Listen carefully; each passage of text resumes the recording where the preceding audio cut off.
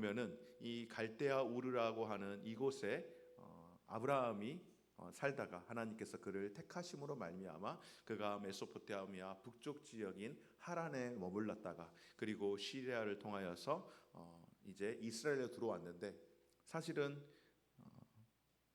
창세기 보면은 아브라함이 애굽으로 갔던 적이 있어요. 애굽으로 갔던 적이 있는 창세기 12장에 보면 그가 이렇게 가나안에 왔다가 점점 남방으로, 그러니까 거기가 막상 가보니 목축하기가 쉽지 않은 그런 곳이어서 남방으로 내려갑니다. 그건 하나님의 계획하심은 아니었던 것을 우리가 예상해 볼 수 있는 것은 무엇인가 하면, 그가 남방으로 내려가다 보니까 어디까지 내려갔을까요? 애굽까지 내려간 거예요. 애굽까지 내려갔다가 거기에서 한 사건이 일어나죠. 어떤 사건입니까? 자신의 아내 사라를 애굽 왕에게 빼앗겼던 그런 일이 있죠. 그리고 거기에서 애굽 왕에게 자신의 이 아내를 누이라고 속이고 자기 목숨 살리고, 사실은 어려워서 내려간 거잖아요. 어려워서 내려갔는데 거기서 마누라 팔아먹고 돈 왕창 벌어가지고, 왜냐면은 와이프를 보내면서 결혼 지참금을 받았거든요. 그래서 마누라 내놓고 돈 왕창 벌어가지고 그리고 다시 애굽에서 나왔던 그런 특이한 그런 이력이 있는 사람이 바로 아브라함입니다. 우리가 이렇게 해서 이 성경을 전체적인 그 시작을 볼 수가 있는데, 이제 먼저 창세기를 살펴보게 되어지면은 우리가 봤던 것처럼 처음에 어떤 일이 있었습니까? 하나님께서 세상을 창조하시고 그리고 그 창조 가운데에 타락이 일어남으로 인하여서, 죄로 인하여서 타락하고 그 죄의 번성함을 하나님이 홍수로 심판을 하셔서 민족들이 갈라지게 되었습니다. 그로부터 4,000년이 지난 어느 날 하나님께서 갈대아 우르에 있는 아브라함을 부르시고 그리고 하란에 머물렀던 아브라함에게 다시 한번 그로 하여금 하나님이 약속하신 땅 가나안으로 가라고 그랬는데, 바로 그 여정이 바로 이와 같은 모션으로 우리가 볼 수 있는데, 우리 처음부터 창조부터 시작해서 데라의 죽음까지 한번 이 화면들을 보면서 그대로 진행을 해보도록 하겠습니다. 자, 성경의 시작이 어떻게 되었습니까? 창조, 타락, 홍수, 민족들, 4,000년, 우루, 페르시아만, 네 사람, 데라, 아브라함, 사라, 롯, 티그리스, 유프라테스, 하란, 데라의 죽음까지, 그렇게 해서 창세기의 여정이 그렇게 이제 되어지는데, 데라가 죽고 난 다음에 어떻게 합니까? 하나님께서 다시 그를 부르셔서 그 하란에서 이제 하나님이 약속하신 땅 어디입니까? 이스라엘, 지금 현재의 이스라엘 지역이죠. 당시에는 가나안, 팔레스타인 지역, 그러니까는 엄밀히 말하면 성경에서 제일 많이 나오는 블레셋 있잖아요. 블레셋. 이 팔레스타인이 블레셋의 지역이라고 하는 그런 뜻을 가지고 있습니다. 그래서 이 지역으로 이주를 하게 되었는데, 이 지역에는 특별한 네 가지가 있다고 그랬죠. 여러분 잘 기억하시면은 이 사를 잘 기억하시면 참 좋을 것 같아요. 왜냐하면은 창조 사건에 네 가지가 있었잖아요. 창조, 타락, 홍수, 민족들, 이 네 가지 사건. 그리고 갈대아 우르에서 어떤 일이 일어났습니까? 네 사람이 있었잖아요. 아브라함을 택하지만은 대표적으로 네 사람을 이야기하고, 그리고 이제 드디어 하나님이 약속하신 가나안 땅으로 오게 되었는데, 이곳에는 네 개의 물이 있는 곳이라 그랬죠. 그래서 갈릴리, 요단강, 사해, 지중해, 바로 이렇게 되어져 있다라고 말씀을 드렸습니다. 그리고 이곳에서 드디어 아브라함이 그의 삶을 살아가기 시작하는데, 아들이 없는 아브라함에게, 그러니까 자녀가 후사가 없는 아브라함에게 하나님이 말씀하신 것이 너로 하여금 하늘의 별과 같이 바다의 모래와 같이 많은 자손을 주겠다고 말씀을 하셨으나, 아브라함이 듣고 보니 하나님 말씀 참 좋은데 문제는 지금 뭐 아무것도 없는 그런 형편과 상황 가운데에서, 가만 보니까는 사라를 보자니 사라가 가능성도 없어 보이고, 뭐 여러모로 이거는 희망이, 그냥 정말 희망 고문을 하는 듯한 그런 환경과 상황에서 그가 생각해낸 것이, 그의 아내 사라와 함께 생각해낸 것이 무엇입니까?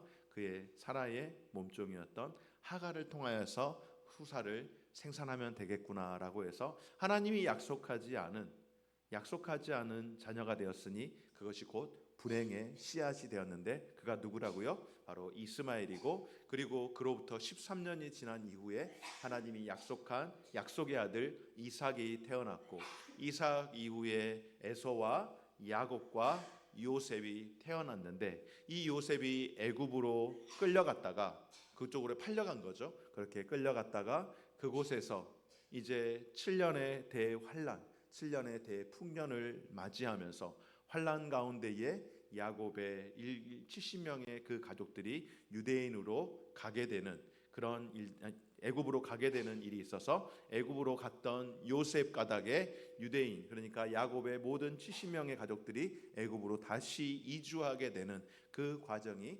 창세기의 여정이라고 말씀을 드렸습니다. 우리 여기까지 창조부터 시작해가지고 한번 같이 가보도록 하겠습니다. 준비 시작. 창조, 타라, 홍수, 민족들, 4천년, 우루, 페르시아만, 네 사람, 데라, 아브라함, 사라, 롯, 티그리스, 유프라테스, 하란, 데라의 죽음, 갈릴리 바다, 요단강, 사해, 지중해, 이스라엘, 이스마엘, 이삭, 에서, 야곱, 요셉, 애굽, 유대인, 애굽. 이렇게 해서 창세기의 여정이 끝나고, 그 창세기의 여정이 끝나는 가운데에 요셉과 그의 모든 가족들이 이주를 해서 시간이 어느덧 400여 년이라는 시간이 훌쩍 지나게 되었습니다. 400여 년이 지나고 나니까는 세대가 많이 바뀌었잖아요. 그러다 보니 요셉을 알지 못하는 왕이 일어나서 이스라엘 민족들을 굉장히 핍박을 하는 그런 일이 일어나게 됐죠.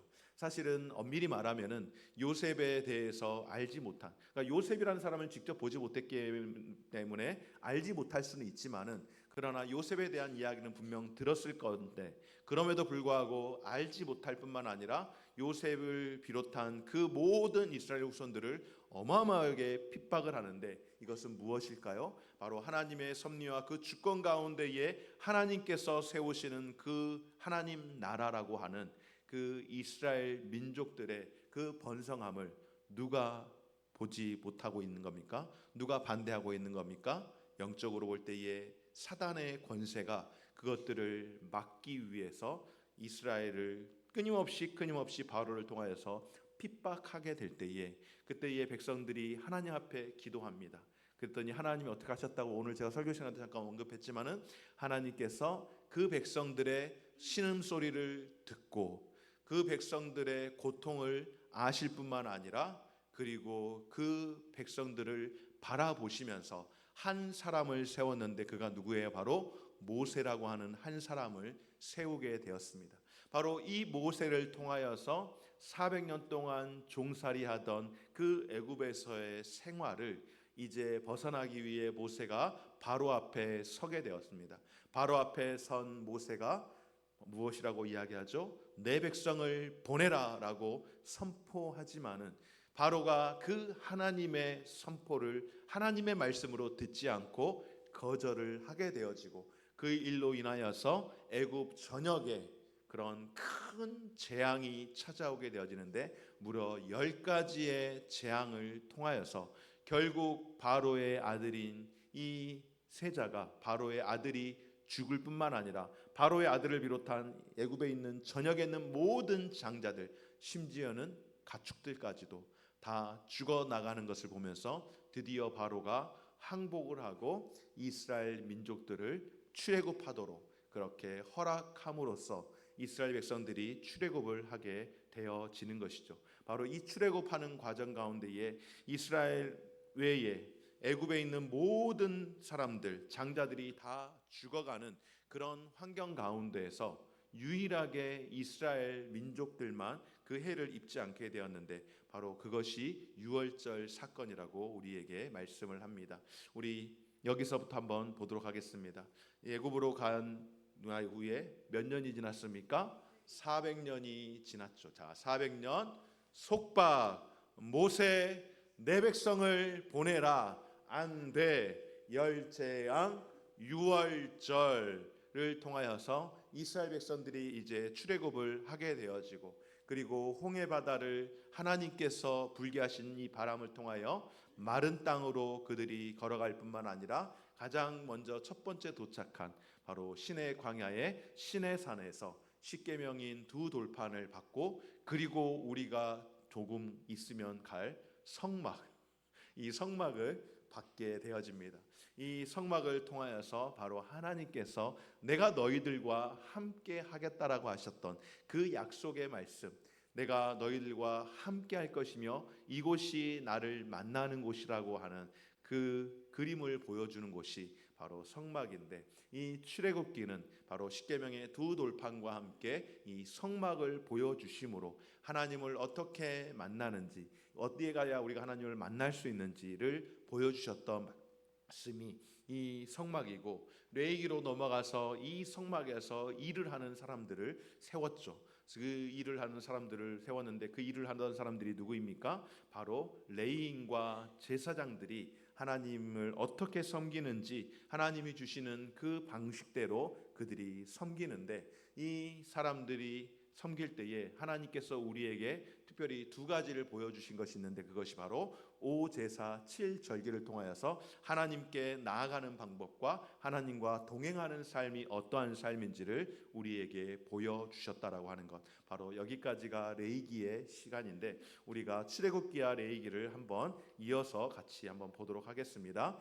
자, 이제 6월절을 보내고 어떻게 합니까? 백성들이 드디어 출애굽을 해서 첫 번째로 건너는 곳이 어디예요? 홍해 바다를 건너서 가장 먼저 맞이한 곳이 시내산입니다. 시내산에서 하나님이 주신 게 뭐예요? 바로 율법을 그들이 받게 되었고, 하나님께서 성막을 주셔서 이 성막에서 레위인과 제사장들이 어떻게 하나님을 예배하고 하나님을 만나는지 오제사와 칠절기를 통하여서, 오제사 7절기 이렇게 하는 겁니다. 이렇게 오제사와 7절기를 통하여서 하나님을 예배하는 방법을 그들이 배울 수 있게 되었죠.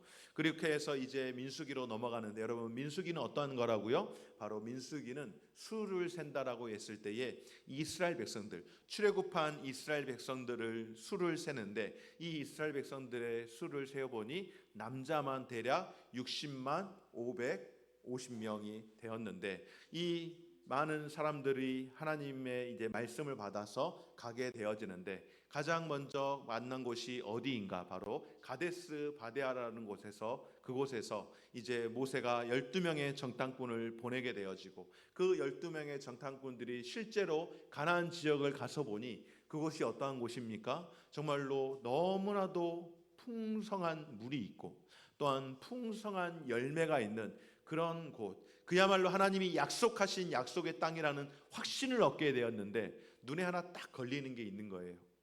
뭘까요?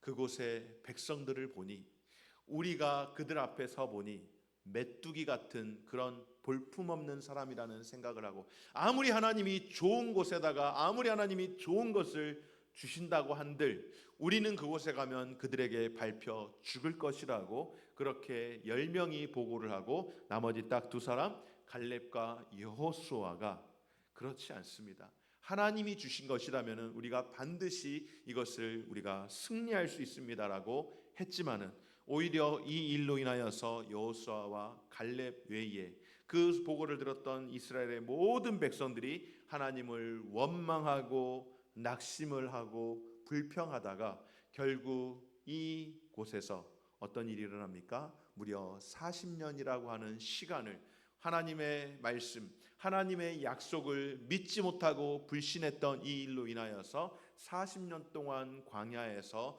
방황하다가 모두가, 두 사람, 20세 이상 되어 나온 사람들을 말하는 거예요. 20세 이상 되어 나온 사람, 여호수아와 갈렙을 뺀 이 두 사람을 뺀 모든 사람들이 가나안에 가보지 못하고 광야에서 죽게 되었다라고 하는 그 사건의 이야기가 민수기의 말씀입니다. 그리고 이들이 이제 모압 평지에 올라가서 이 모압 평지에서 어떤 일을 합니까? 바로 모세를 통하여서 새로운 백성들에게 두 번째 율법을 주고 또 그들이 받게 되어지고, 모세는 저 멀리 느보산에 올라가서 가나안을 바라보며 그리고 다음 세대인 이 세대들을 축복하고 그들을 기도하고 모세는 그것에서 죽음을 맞이합니다. 여기까지가 민수기와 신명기의 내용인데 우리 민수기에서부터 신명기까지 한번 생각을 하면서 같이 가보도록 하겠습니다. 민수기에서 제일 먼저 시작한 게 뭐라고요? 인구조사. 그래서 인구조사부터 시작을 하는 겁니다. 시작. 인구조사. 가데스 바네아 12 정탐꾼, 그들이 원망으로 40년 동안 방황하다가 다 죽었습니다. 그리고 이 세대들이 모압에 드디어 도착하게 되었고, 모압에 도착한 이스라엘 백성들이 모세를 통하여서 율법을 받게 되었는데, 그래서 신명기는 모세가 다시 한번 등장을 하고, 그리고 두 번째 율법을 통하여서 새로운 백성들이 말씀을 받게 되었지만은 안타깝게도 모세는 가나안에 들어가지 못하고 죽음을 맞이하게 되는 사건, 여기까지가 신명기의 역사를 우리가 다루었고요. 그리고 이것을 우리가 성경 지리로 보게 되면은 창세기와 출애굽기와 레위기, 민수기, 신명기가 주로 어떻게 그려지는지, 하나님의 말씀이 신명기까지 어떻게 역사가 이루어지고 있는지 우리에게 그림으로 보여주는 걸 한번 복습을 해보시면 좋을 것 같습니다. 모세가 이제 가나안을 바라보다가 느보산에서 죽고 난 이후에 모세의 새로운 후계자 바로 여호수아가 세워졌습니다. 여호수아가 그동안 모세를 섬기면서 모세를 도우면서 이 백성들이 어떠한 백성인지를 너무너무나도 잘 알고 있습니다.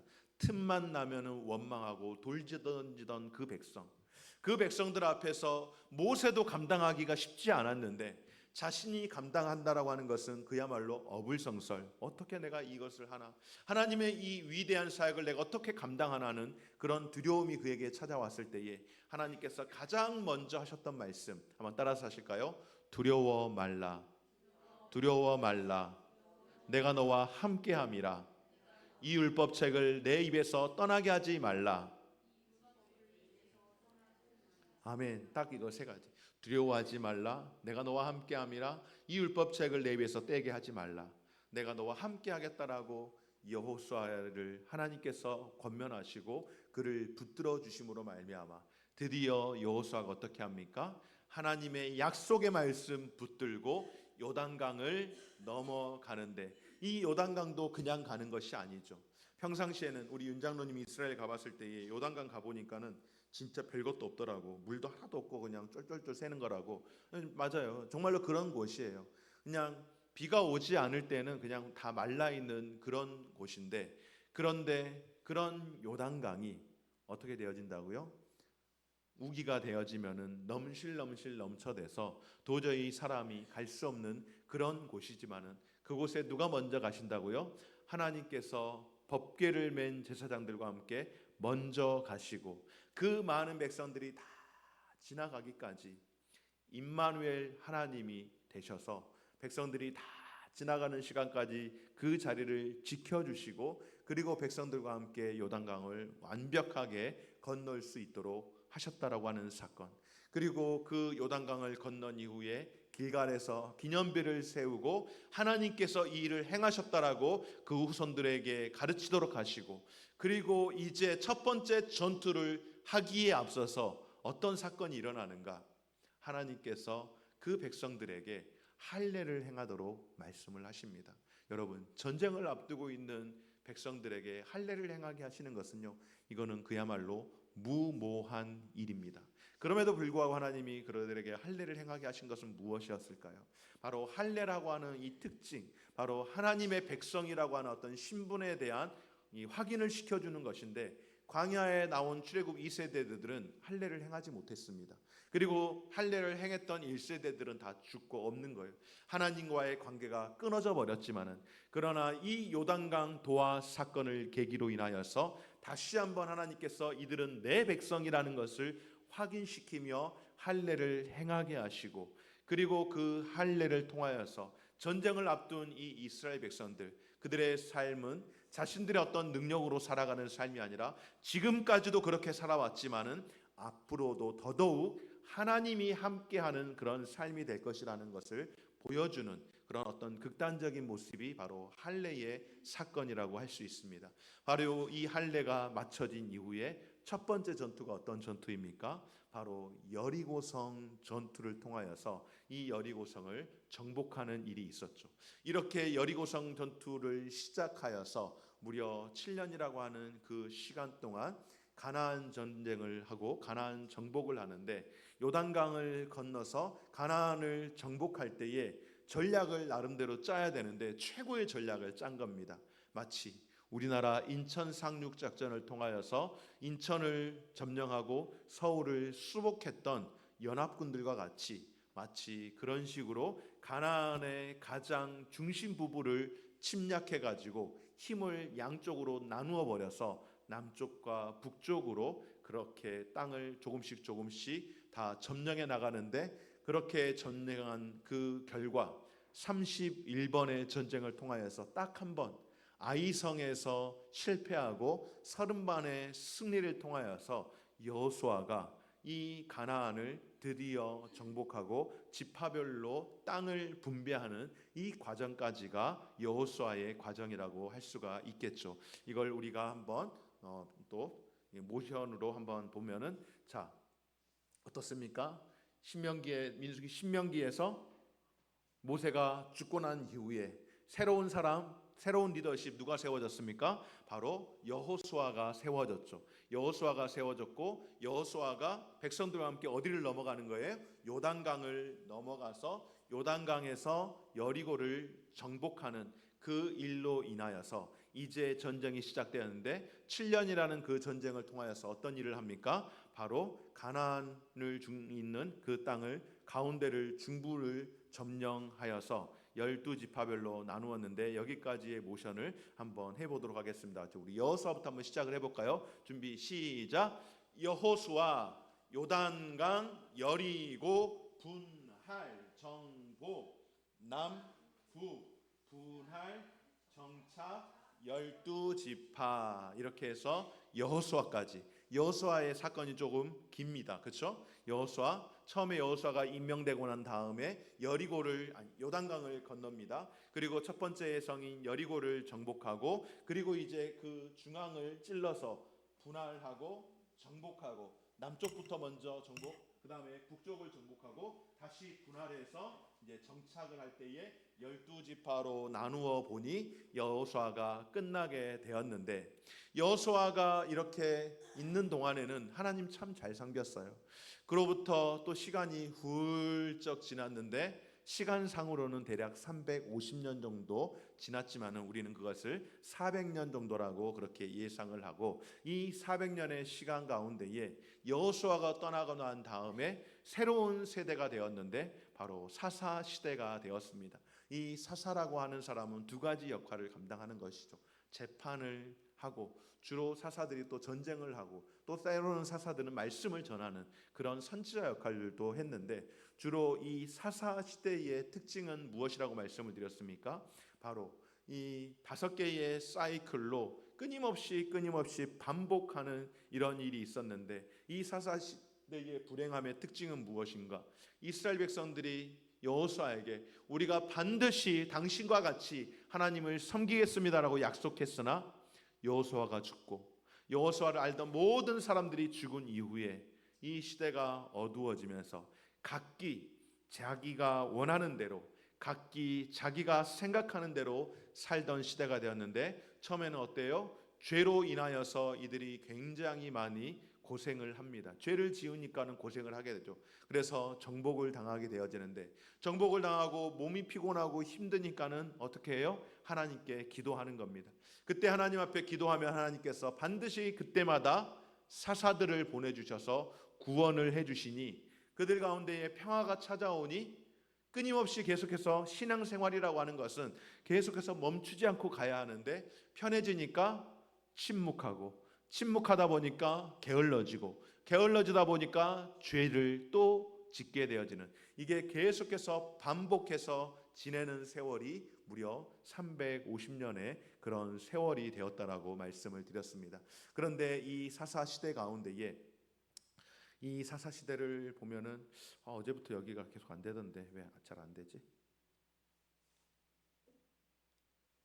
했습니다.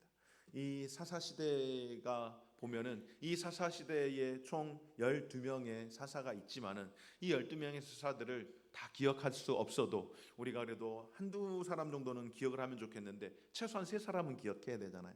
그래서 우리가 드보라와 그리고 기드온과 우리가 삼손을 기억하려고 하는데, 그래도 3명 정도는 우리가 기억을 어느 정도 하더라도 그래도 노래를 통하여서 사사들이 도대체 몇 명인지, 사사들이 어떤 사람들인지 한번 노래를 통하여서 우리가 좀 배워보는 그런 시간, 또 기억해보는 시간을 갖는데, 새벽부터 우리 사랑함으로써 이 곡에다가 한번 잠도 깰 겸 정신도 좀 환기도 시킬 겸 해서 같이 사사들의 이름을 한번 외워보도록 하겠습니다. 한번 같이 할까요? 시작. 온니엘과 에훗 삼갈 드보라 기드온과 돌라와 야일 입다와 입산 엘론과 압돈 삼손까지 모두 12사사들. 여러분 여기서 잘 기억해야 됩니다.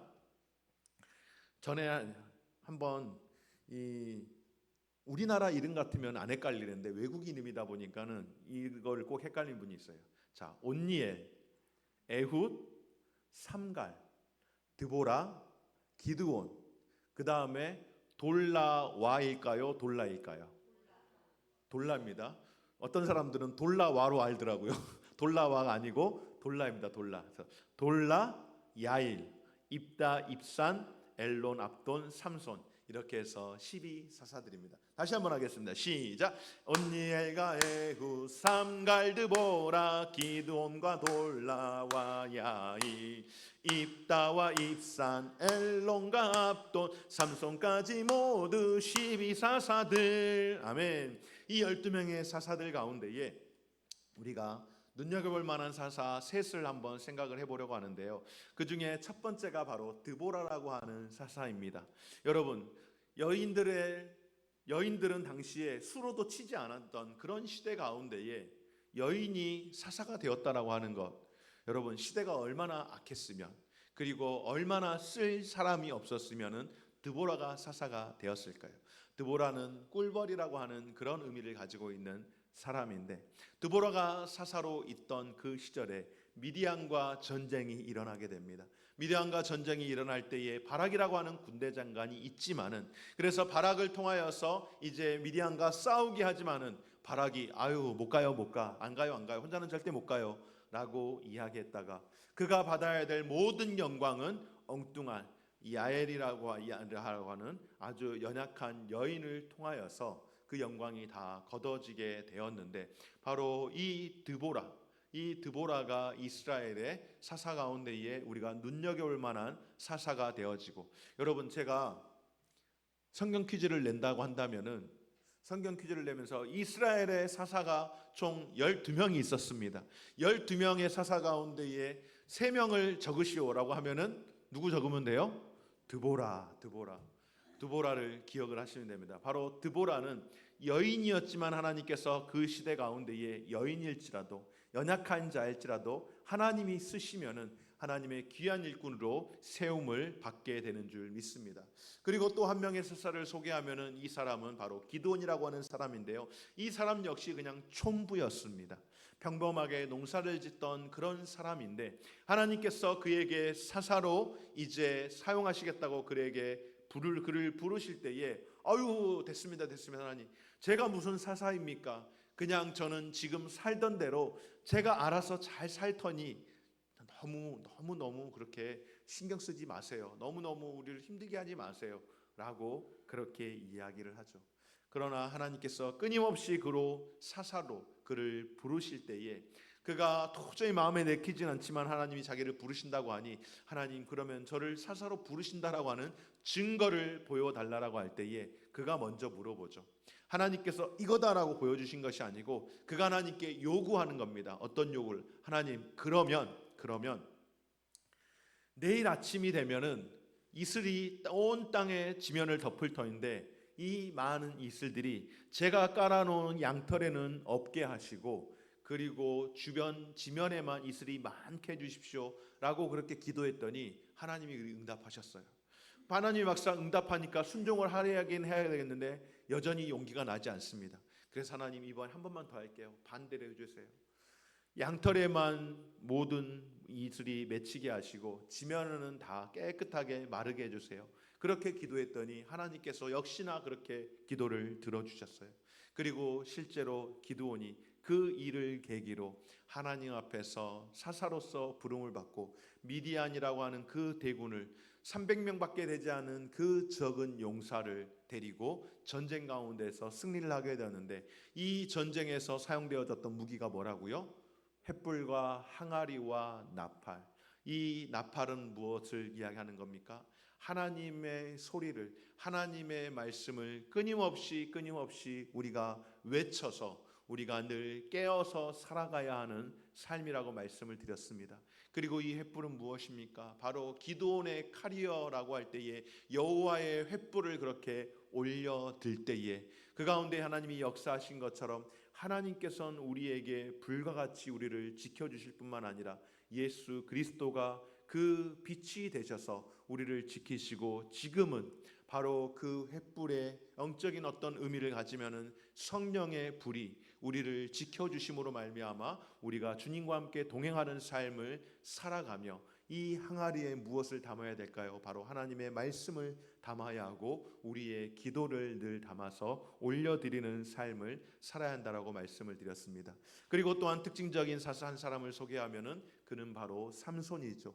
이 어두웠던 시대 가운데 하나님께서 이 삼손을 이제 보내실 때에 그를 특별히 나시린으로 그렇게 정하시고, 나시린에게 세 가지 하지 말라고 했었죠. 첫 번째는 독주를, 포도주와 그 열매를 금하도록 하시고, 두 번째는 부정한 것, 시체를 금하게 하고 더러운 것, 세 번째는 머리에 삭도를 대지 말라라고 했지만은, 그러나 삼손은 이 모든 것들을 다 어김으로 결국 여인 때문에, 결국 이 부정한 일 때문에 그가 눈이 뽑히고 머리가 다 잘리고, 그래서 결국 이 블레셋의 다곤신, 블레셋들이 섬기는 그 다곤 신전에서 거기에서 정말로 짐승처럼 그 맷돌을 돌리는 그런 일을 하였으나, 하나님 앞에 한 번 더 기도하고 하나님의 은혜를 구할 때에 하나님께서 그의 머리가 다시 나게 하셨다라고 하는 것, 여러분, 머리 났다라고 힘이 있다라고 그렇게 생각하는 것이 아니라,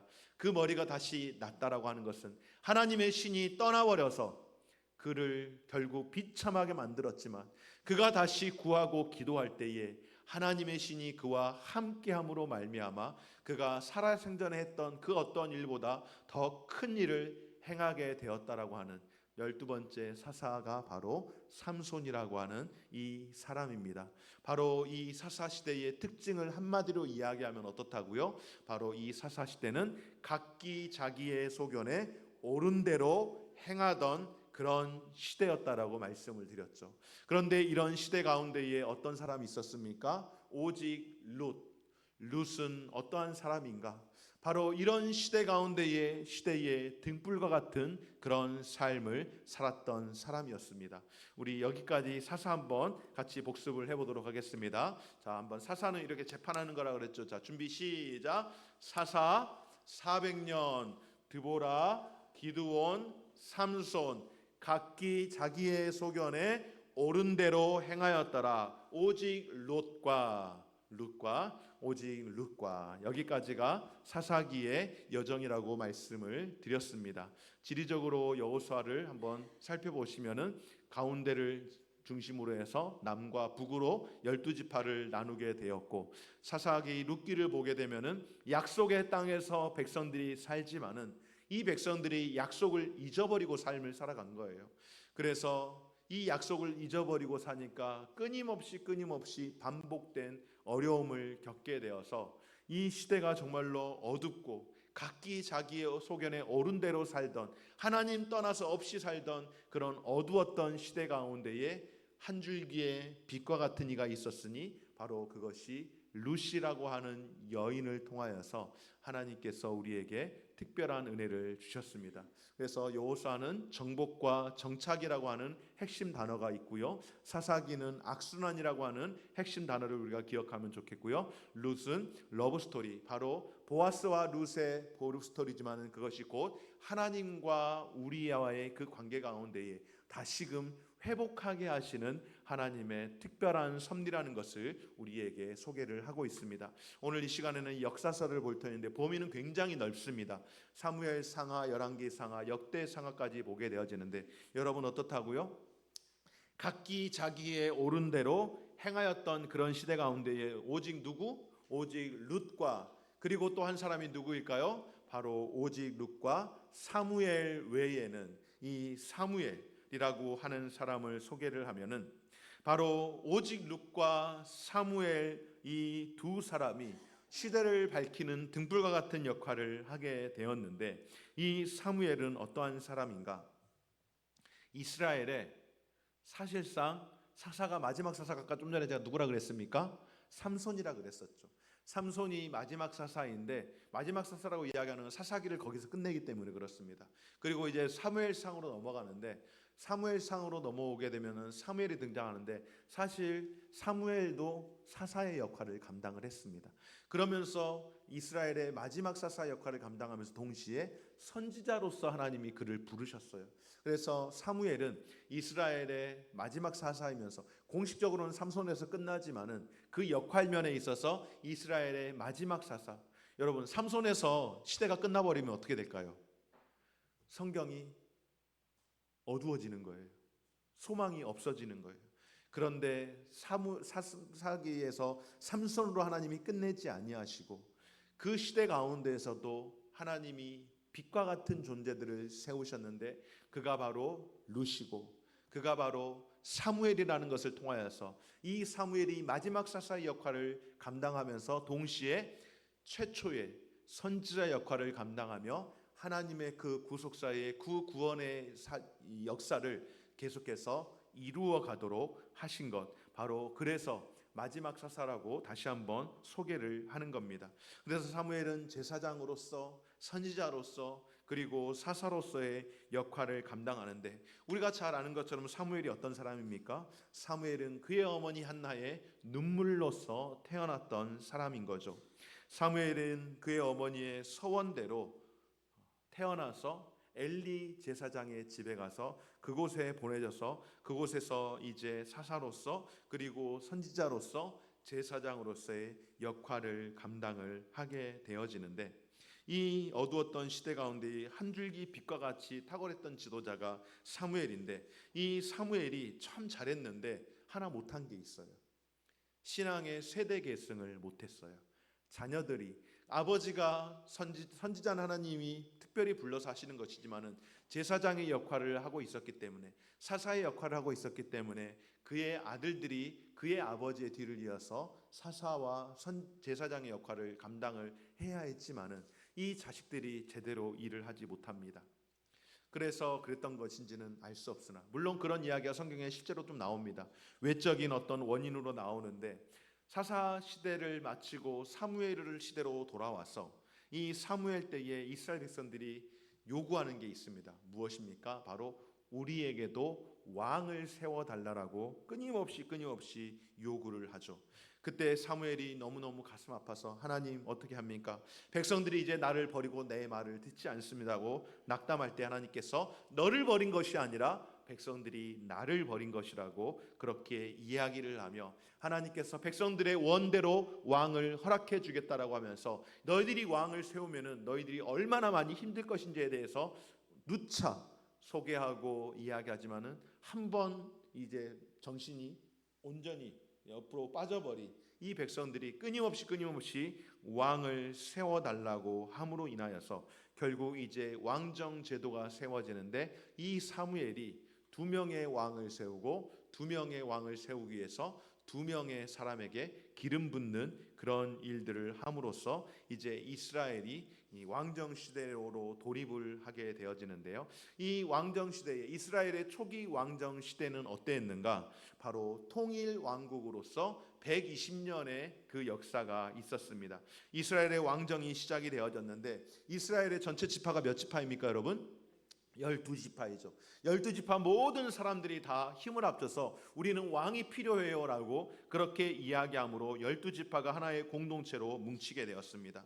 그래서 한 나라로 있었기 때문에 처음부터 분열된 게 없었기 때문에 통일 왕국이라고 이야기하는 거예요. 그냥 이스라엘 왕국이라고 이야기해도 되지만 굳이 통일 왕국이라고 이야기하는 것은 통일되지 않는 그런 시대가 도래할 것을 우리에게 말씀, 사인을 주는 것 아니겠습니까? 바로 이 통일왕국 시대가 120년이라고 하는 기간인데 이 120년이라고 하는 기간에 왕관이 몇 개입니까? 보니까 하나, 둘, 세 개인 걸 봐서 통일왕국 시대 가운데 120년이라는 역사 가운데에 세 명의 왕이 등장하는데 마치 꼭 약속이라도 한 듯이 이 세 명의 왕들이요 120년 세 명의 왕이니까 한 사람당 몇 년씩 한 거예요? 40년씩 동일하게 그렇게 동일한 나라를, 동일한 지역을 통치했던 세 명의 사람이 있었는데 이 세 명의 사람들의 그 첫 마음은 언제나 하나님을 향하는 그런 사람이었습니다. 그 가운데 이스라엘의 초대 왕이라고 할 수 있는 한 사람을 한번 소개하도록 하겠습니다. 바로 사울이라고 하는 왕인데요. 사울 처음에는 어땠을까요? 늘 하나님 앞에서 신실한 겸손한 그런 사람이었습니다.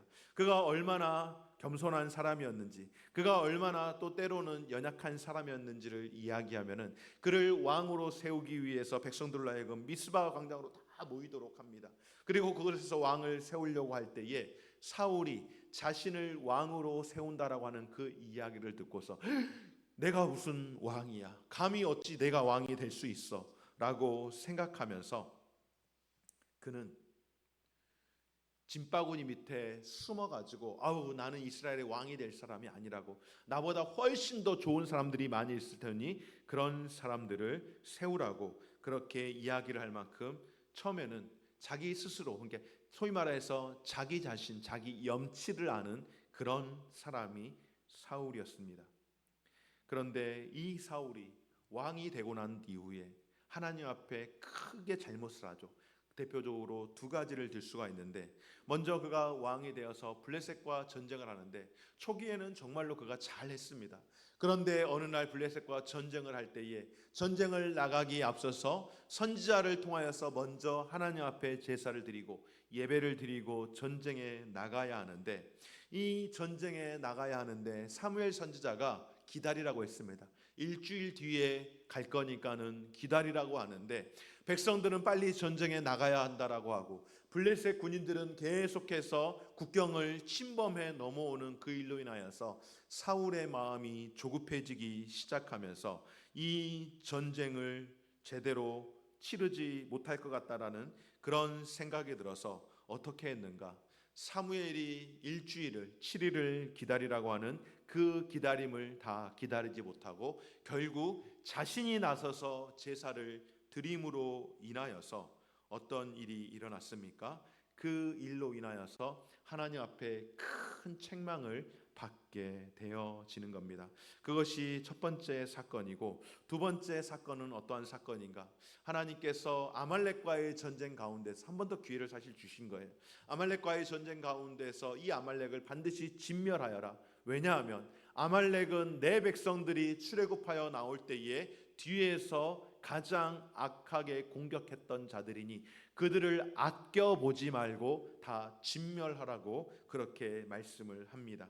그러나 사무의 말을 듣지 않고 어떻게 합니까? 아말렉 사람들과 그 짐승들을 선별적으로 그렇게 징벌을 하게 되어지시죠. 그리고 그 일로 인하여서 사울은 사실상 버림을 받게 되어집니다. 여기서 나온 그 유명한 말씀이 무엇입니까? 순종이 제사보다 낫고 듣는 것이 수양의 기름보다 낫다라고 그렇게 말씀을 합니다. 사무엘이 사울 왕에게 도대체 이 짐승의 울음소리는 무엇이냐라고 이야기할 때에 그것은 사무엘이 사울에게 주는 마지막 기회였습니다. 이 짐승의 소리는 무엇이냐? 회개할 시간을 준 건데 그때에 사울이 무엇이라고 합니까? 저 짐승들은 하나님께 바치려고 했던, 내가 데려온 게 아니라 백성들이 데려온 것이라고 그렇게 핑계를 하게 되어지죠.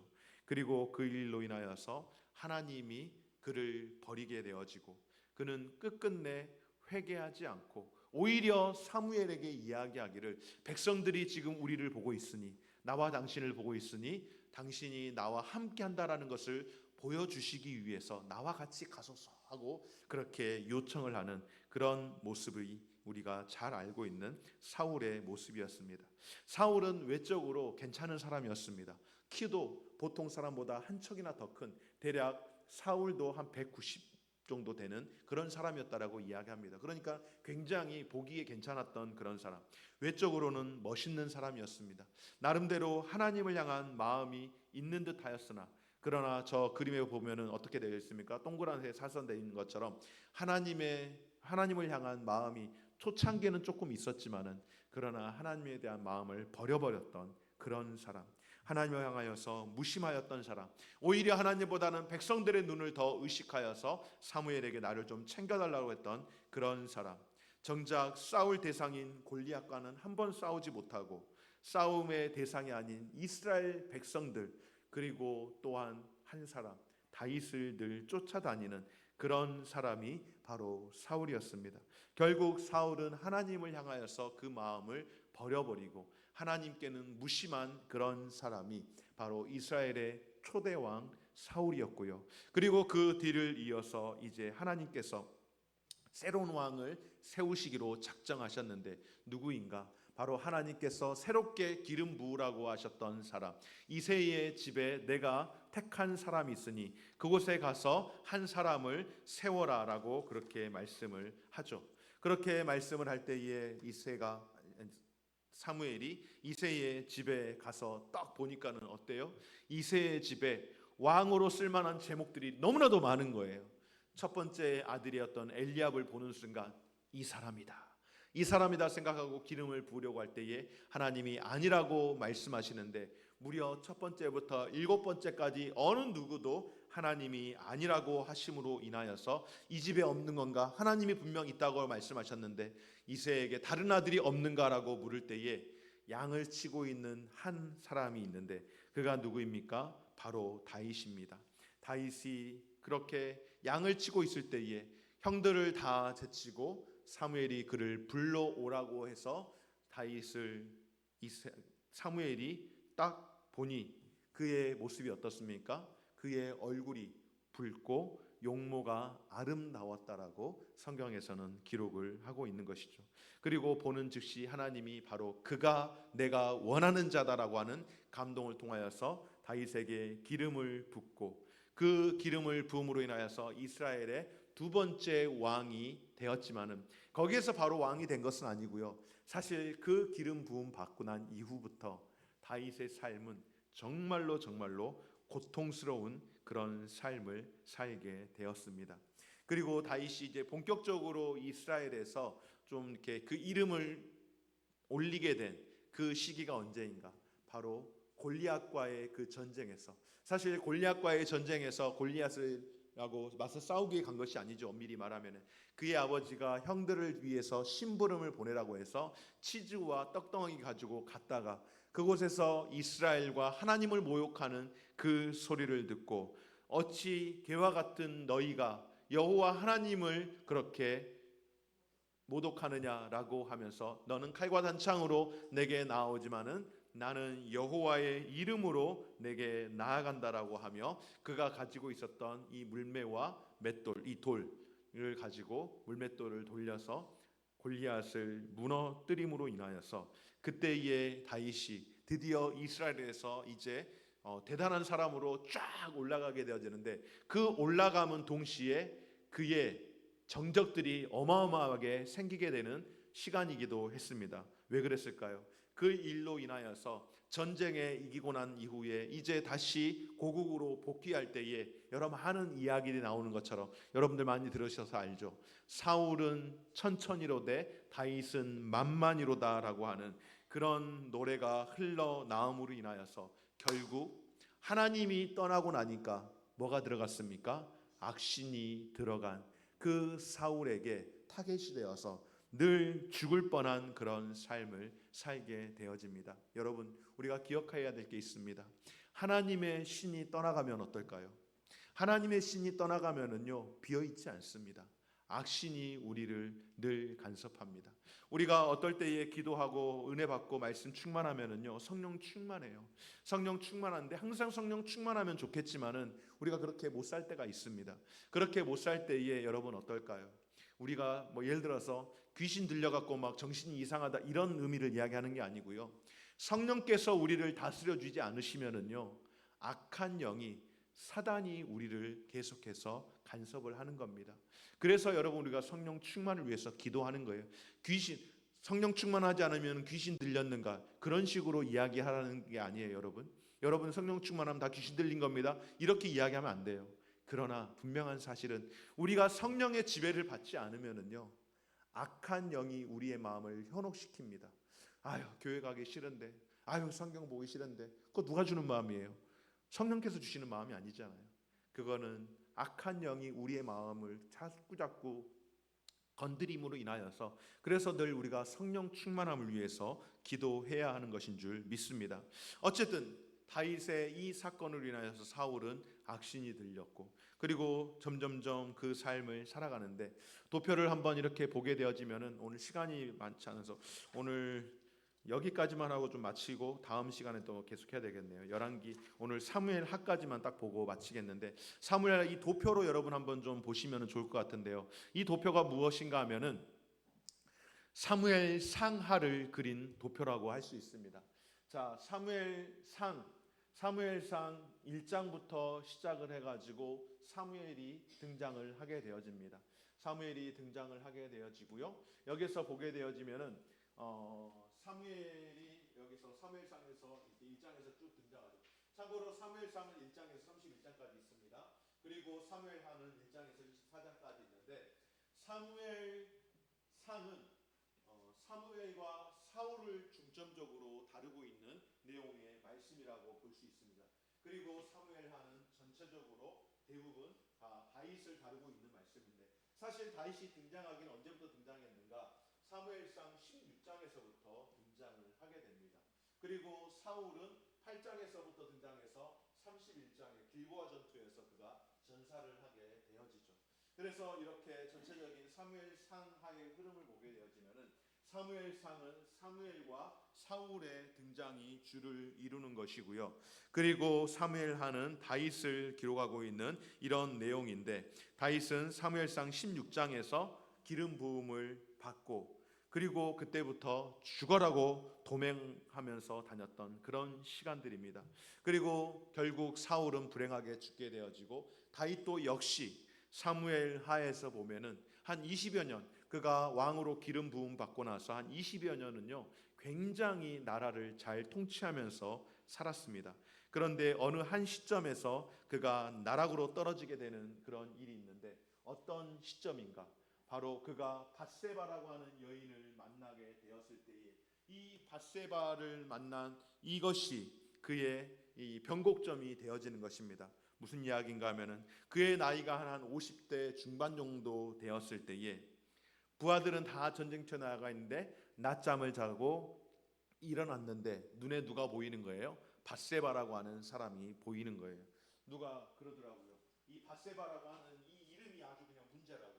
왜 그런가 하면은, 여기 밧세바가 여기 바스잖아. 바스 목욕. 이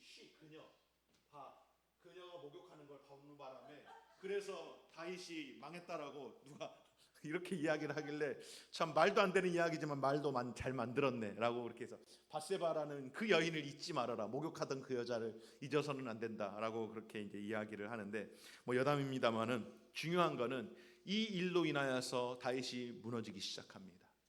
그런데 사울과 다윗의 차이점이 있어요. 뭔지 아세요? 사울은 자신의 죄에 대해서 사무엘이 이야기할 때에 그는 회개하지 않습니다. 그냥 후회만 할 뿐입니다. 그런데 다윗은 이 일로 인하여서 하나님 앞에 큰 책망을 받게 되어지죠. 벌을 받게 되어지죠. 그리고 나단 선지자가 찾아와서 그 일을 책망을 하게 됩니다. 그가 책망을 하기 전에도 사실은 깨달은 바가 있었어요. 그래서 마음이 굉장히 고통스러워서 시편 32편에 보면은 내가 입을 열지 아니할 때에 종일 신음함으로 내 뼈가 쇠하였도다. 주의 손이 주야로 나를 누르오니 내 집에 내 진액이 빠져서 여름 가뭄에 마른같이 되었다라고 그렇게 고통스러워하던 시간들이 있습니다. 그런데 고통스러워하면서 후회는 하는데 회개를 하지를 못했어요. 그런데 나단 선지자가 와서 어떤 이야기를 합니까? 이웃집에 어느 부자가 자기의 양을 데리고 있고, 그리고 또 그 옆에 가난한 여인이 어린 양을 데리고 있는데, 이웃집에 그 부자가 자기 손님 왔다고 그 혼자 자식처럼 키우고 있는 그 어린 양을 잡아다가 손님에게 대접했으니 이런 일이 어떻게 이 땅에서 일어날 수 있습니까? 라고 할 때에 다윗이 그 이야기를 듣는 순간 그 새끼 당장 죽여야 된다라고 그렇게 이야기를 하죠. 그때에 나단 선지자가 바로 당신이 그 니노미움입니다 라고 그렇게 이야기를 하는 겁니다. 그때에 다윗이 그 자리에 엎드려 꼬꾸라져서 내가 죄인입니다 라고 그렇게 고백을 하는 겁니다. 여러분, 실수 다 할 수 있어요. 죄를 다 지을 수 있어요. 죄를 짓고 나면 우리의 양심의 소리 때문에 우리 후회하게 됩니다. 그런데 후회하는 걸로 멈추면은요, 그건 회개가 아니에요. 후회하는 것으로 멈추는 게 아니라 내 심령 가운데에 주여 정직한 영을 부어달라고 기도하고 회개할 때에 회복의 은혜를 입게 되는 줄 믿습니다. 여러분, 다윗도 넘어졌는데 다윗이 넘어졌다면 하물며 저와 여러분 우리는 어떻겠습니까? 그래서 항상 하나님 앞에 깨어 조심하고 기도하고 경건에 힘쓰는 저와 여러분 우리가 되어야 되지 않겠습니까? 무조건 피해 간다고 되어지는 것이 아니라, 그래서 우리가 성령님의 도우심을 의지하며 넘어졌을 때에는 하나님의 다시금 회복해 하시는 그 은혜를 구하는 삶을 살아가야 할 줄 믿습니다. 그리고 그런 다윗을 두고 하나님이 무엇이라고 말씀합니까? 죄가 있지만, 허물이 많이 있지만은 하나님 앞에 돌이켰던 그 다윗을 향하여서 이는 내 마음에 합한 사람이라고 다윗을 칭찬하셨던 것처럼, 우리가 이 말씀을 통하여서 다시 한번 기억하기를 원하는 것은, 하나님의 마음에 합한 사람은 어떠한 사람인가? 아무것도 안 하는 사람? 아니요. 후회만 하는 사람? 아니요. 실수하고 넘어졌지만 다시금 하나님 앞에 돌이켜 나오는 사람, 그걸 성경에서는 무엇이라고 합니까? 의인이라고 말씀을 합니다. 오늘 여기까지 여러분 함께 했던 것을 기억하면서, 시간이 많지 않아서 오늘 열왕기상 솔로몬까지 이야기를 하고 정리를 하려고 했는데, 오늘 다음 주에 솔로몬과 좀 전체적인 이 역사서를 좀 정리하고 그리고 시가서까지 진행을 하는 시간을 갖도록 하겠습니다. 우리 마지막으로 한번 이 오늘 배웠던 이 말씀들을 생각하면서 우리 저기 모션을 한번 여기 다윗과 솔로몬까지 한번 진행을 해보도록 하겠습니다. 자, 처음부터 시작하면서 한번 준비해서 해볼까요? 시작. 창조, 타라, 홍수, 민족들 4,000년, 우루, 페르시아만 4사람, 데라, 아브라함, 사라, 롯, 티그리스, 유프라테스, 하란, 데라의 죽음, 갈릴리 바다 지중해 사해, 갈릴리 바다 요단강 사해 지중해 이스라엘, 이스마엘, 이삭, 에서, 야곱, 요셉, 애굽, 유대인, 애굽, 400년 속박, 모세, 내 백성을 보내라, 안 돼, 열제양, 유월절, 홍해, 시내산, 율법, 성막, 레인과 제사장, 5제사, 7절기, 인구조사, 가데스 바네아, 12 정탐꾼. 죄송해요. 가데스 바네아 이렇게 하고 제가 이거 안 했죠. 다시 인구조사부터 시작. 인구조사, 가데스 바네아, 12 정탐꾼, 방황, 죽음, 모압, 모세, 두 번째 율법, 죽음. 그리고 이제 여호수아 요단강, 여리고, 분할, 정복, 남, 북, 분할, 정착, 12지파. 그리고 사사 400년, 드보라, 기드온, 삼손 각기 자기의 소견에 옳은 대로 행하였더라. 오직 룻과 사무엘 외에는. 그리고 이제 사무엘 외에는 하고 난 다음에 이제 통일왕국인데, 통일왕국은 이렇게 손을 모으세요. 손을 모아서 이게 통일왕국 120년, 400년보다는 좀 짧아야 돼요. 400년 이 정도 했으니까 120년. 그리고 왕관 사울은 무심. 그 사울은 마음이 무심했다. 그래서 무심 딱 버리는 거고, 그 다음에 다윗은 전심, 솔로몬은 반심, 반만 있었다라고 하는. 그래서 사울은 그 마음을 하나님을 떠나서 버려서 사울은 무심, 다윗은 전심, 솔로몬은 반심, 그 마음이 반만 있었다라고 해서 반심이라고 그렇게 이야기를 합니다. 여기까지 우리 함께 하고요. 다음 시간에 이어서 계속해서 하도록 하겠습니다. 오늘 늦은 시간 좀 피곤할 터인데 함께 해주셔서 감사드리고요. 돌아오는 수요일 날 어떻게 하지 말고 다음 주로 한 주 연기해요. 정말로? 어떤 게 좋으시겠어요?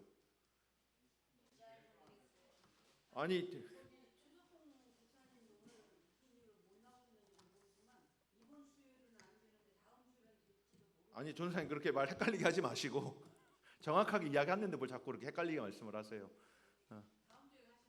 일단 그러면 자 다음 주에도